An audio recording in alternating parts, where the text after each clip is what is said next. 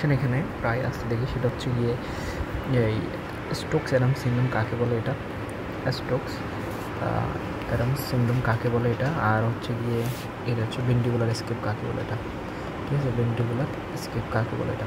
তো এই দুটো কোয়েশ্চেন কিন্তু ইকুয়াল, মানে দুটোই কিন্তু সেম।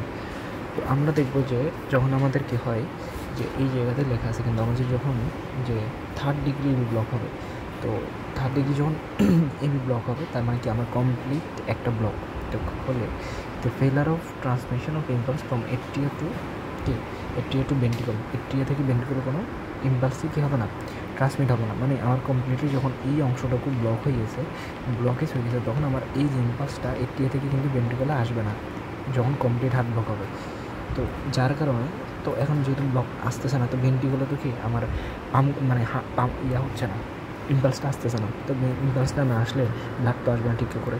তো ভেন্ট্রিকল স্টপ বিটিং, ভেন্ট্রিকল কিছু সময়ের জন্য কী করে বিট স্টপ করে দেয়, সেটা কত 5 থেকে 20 সেকেন্ড মধ্যে সে কী করতেছে বিট স্টপ করে দেবে। তো এখন তো 5 থেকে 20 সেকেন্ডের মধ্যে যখন বিটিং স্টপ করে দিচ্ছে, তখন আমার ভেন্ট্রিকলে কেউ না কেউ একজন কী করবে, এই বিটিংয়ের দায়িত্ব নেবে। তো at some point in Purkinje fibre, মানে পারকিনজি ফাইবারের মধ্যে কী নেবে, পারকিনজি ফাইবার এই যে কী করবে যে Purkinje fibre specially ventricular septal portion of the AV bundle, হ্যাঁ, যে ইউজুয়ালি যেটা হয় আর কি, ventricular septal portion of the bundle develop of its rhythm, তখন আমার পারকিনজি ফাইবার একটা রিদম করবে তার নিজস্ব কি যে বিটে, সে কী হবে বিট হবে, সেটা হচ্ছে কি কত 15 থেকে 40 বিট পার মিনিট, কত 15 থেকে 40 বিট পার মিনিট, ঠিক আছে, 15 থেকে কত 40 বিট পার মিনিট এর মধ্যে বিট করবে, ঠিক আছে। তো এই যে এখানে যখন পারকিনজি ফাইবার সে বিট করতেছে 15 থেকে কত 40 বিট পার মিনিট, সে যখন বিট করলো, তো বিট করার পরে হচ্ছে কি তখন হচ্ছে আমার কি আবার ব্লাডটা সার্কুলেট হবে, ঠিক আছে। এই যে জিনিসটাকে আমরা বলি হচ্ছে ভেন্ট্রিকুলার এসকেপ। এই যে এতক্ষণ যেটা নিয়ে আলোচনা করছি সেটা হচ্ছে কি ভেন্ট্রিকুলার এসকেপ। এখন যখন হচ্ছে এখন এই যে ভেন্ট্রিকুলার এসকেপের মধ্যে যে সিমটমগুলো দেখা যায়, যে কিছু সিমটম তৈরি করে, এটাকে বলা হয় আমার স্ট্রোকস অ্যাডামস সিনড্রোম। কী বলা হয়, স্ট্রোকস অ্যাডামস সিনড্রোম।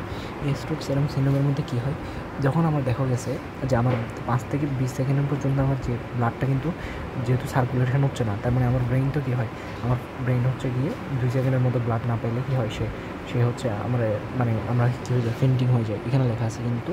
তার মানে আমরা কিন্তু due to lack of blood flow in the কি ব্রেনের মধ্যে যেহেতু আমাদের ব্লাডটা কয়েক সেকেন্ড ধরে আমার সার্কুলেট হচ্ছে না, তার মানে কি আমার পেন্টিং হয়ে যায়, পেন্টিং হয়ে যাবে। তারপর হচ্ছে তার মানে অজ্ঞান হলে কি হয়, লুজ অফ কনসিয়াসনেস, এটা ঠিক আছে, লুজ অফ কনসিয়াসনেস। তারপর স্কিমিয়া ডেভেলপ করতেছে যেহেতু অক্সিজেন সাপ্লাই হচ্ছে না, কারণ কি সার্কুলেশন হচ্ছে না।